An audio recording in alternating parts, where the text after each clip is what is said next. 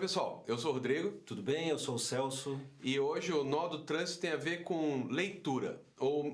Na verdade não é um nó exatamente, é porque foi uma sugestão de um espectador. Um dos nossos, das pessoas que nos acompanham aí, escreveu, dedique-se de leitura de autores, né? Mas tem um lado que é nó nisso, que é o fato das pessoas não lerem, né? Ah, sim. Isso não é exclusividade do trânsito, mas o que tem de gente que... Não, eu sou professor.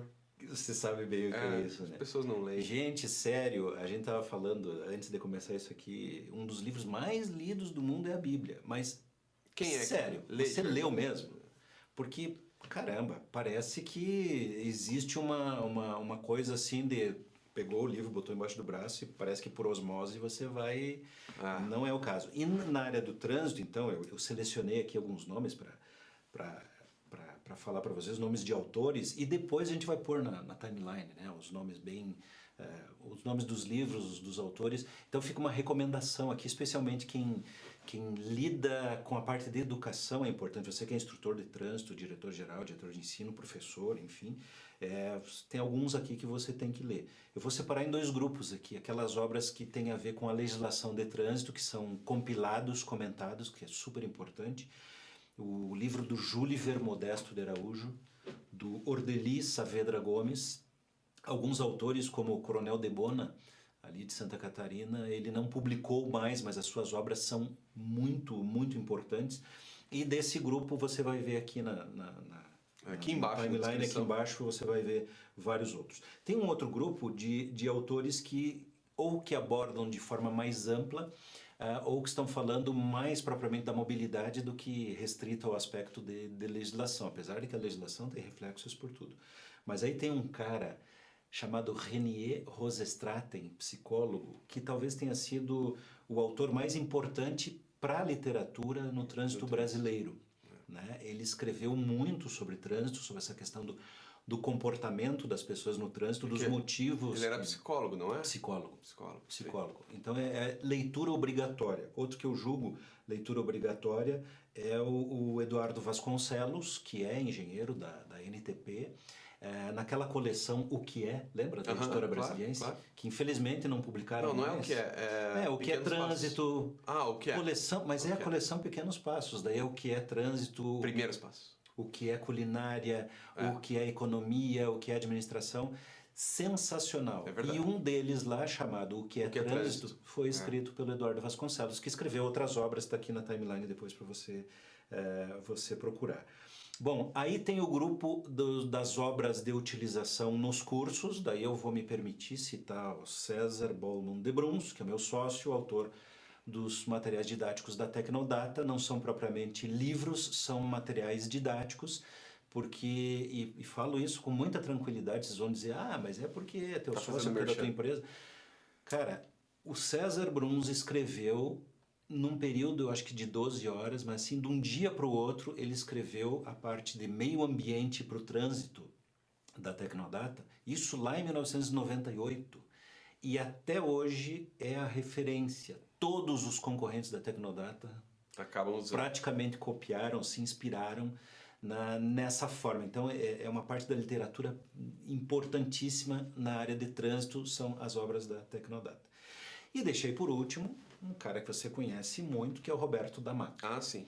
Roberto da Mata é um dos nomes mais importantes no Brasil como um todo, né? Que ele é antropólogo, né? Antropólogo. Inclusive, sabia que eu assisti profundamente a essa índole do brasileiro. É que o Roberto da Mata ele tem uma característica, não sei se ele continua fazendo isso, mas ele passava 6 meses aqui no Brasil estudando nos Estados Unidos e 6 meses nos Estados Unidos estudando no Brasil. Né? Porque daí o distanciamento fazia essa...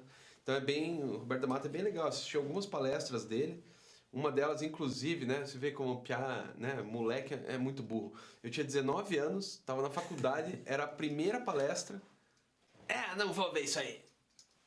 Anos depois eu acabei pagando até para ver, era de graça, uma plateia pequena, mas assim, o Roberto da Mata é um cara muito importante.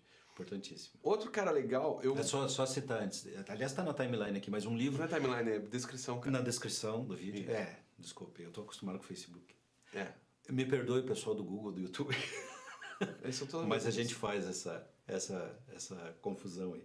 Mas o Roberto da Mata escreveu um livro chamado Fé em Deus, Pé na Tábua. Isso, no mínimo verdade. Esse você deveria ler. Verdade. Porque ele vai desde essa questão da cultura, por que o brasileiro é assim, e daí né, faz aquele gancho, por que o brasileiro é assim no trânsito. Né? A cultura do carro, do esse que o carro... Esse amor, esse exagero que a gente tem pelo carro. O que o carro representa para o brasileiro e tal.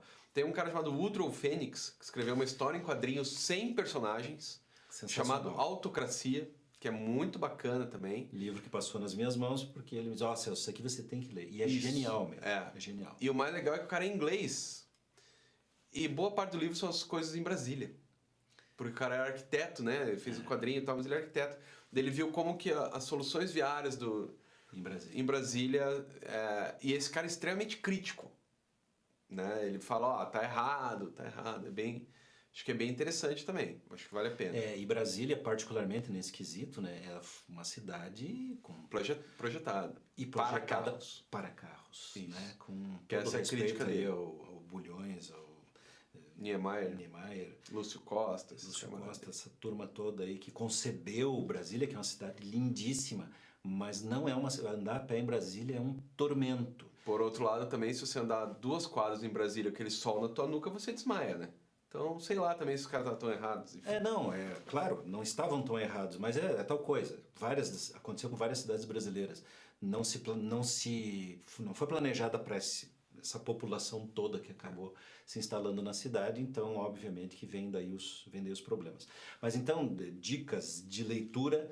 Se você tiver a sua, né? Faça isso. Coloca ali embaixo. Complemente aqui, porque vamos fazer desse canal aqui também uma troca de informações. Tem N obras importantes que minimamente você deveria ler, então certamente a gente vai ter outros momentos para ampliar isso aqui. Eu queria encerrar lembrando aí que estamos no finalzinho da década de ações pela segurança no trânsito e em boa parte todos os nós do trânsito que a gente fala aqui vem dessa falta de leitura, da falta de conhecimento. Cara, não tem mágica, né? Se você não tem um conhecimento mínimo, fica difícil. Fica muito complicado. E nós estamos vendo uma época, você que é professor deve estar sentindo isso de forma bem contundente, né? Uma época que as pessoas têm uma preguiça danada de buscar conhecimento, de se aprofundar. É tudo super raso, é tudo superficial. Eu nem diria que é preguiça. Eu acho que elas acreditam que o conhecimento é a informação. Conhecimento é uma coisa, informação é outra. E como você pergunta, em que ano Pedro Álvares Cabral descobriu o Brasil? A pessoa digita no Google, ela acha que isso é conhecimento. Mas isso é só uma informação. Claro. Então, existe uma confusão também. Também não é só uma fé ou preguiça, né? Falta um pouco de sei lá, capacidade cognitiva, alguma coisa assim, para entender que conhecimento é uma coisa e informação é outra. As pessoas estão se confundindo. Caramba, mas será que a gente está emburrecendo? Eu sei que essa pergunta para ser respondida daria horas e horas dele. O Platão já dizia isso, né? Então acredito que não. Né? Mas está difícil. Mas está cada vez mais... Está cada vez tendo um descolamento maior. Na verdade, não é que sempre houve isso, historicamente falando. Mas atualmente, depois da Primeira Guerra Mundial, principalmente, houve uma disseminação maior da informação e do conhecimento. Então, a informação e o conhecimento eram muito próximos. Hoje em dia, por causa da internet e outras questões aí, a informação descolou do conhecimento. Então, a gente está voltando para antes. Porque se você pensar a população mesmo no Brasil alfabetizada, ela começa quando no Brasil? 1930. Antes disso, não era alfabetizada. A maior parte da população brasileira era analfabeta. Aí agora todo mundo é alfabetizado, ok, mas não sabem transformar essa informação em um conhecimento. Então a gente está voltando ao que já era, né? Então daí fica o reforço, né? Porque que a gente resolveu falar aqui de indicar obras literárias, autores, porque leitura, esse conhecimento mínimo, gente, tem que fazer, exigir esforço, não tem mágica. Você vai ter que, se você não é daqueles apaixonados por leitura, devorador de livros, rato de biblioteca, que expressão que se sumiu, né? Perdeu até o sentido. Mas rato do Google, que seja. Mas se você não tem isso assim, como não criou o hábito, faça um esforcinho, porque isso não é só uma questão profissional, isso é uma questão até de responsabilidade social. Pô, quem é você na sociedade? Como que você quer contribuir se você não tem capacidade, não conhece o mínimo para formar opinião? Caramba, tem que ter. Então, nós vamos desfazer os nós aí do trânsito também através da educação, leitura e assim por diante. Adiós, pessoal. Abraço.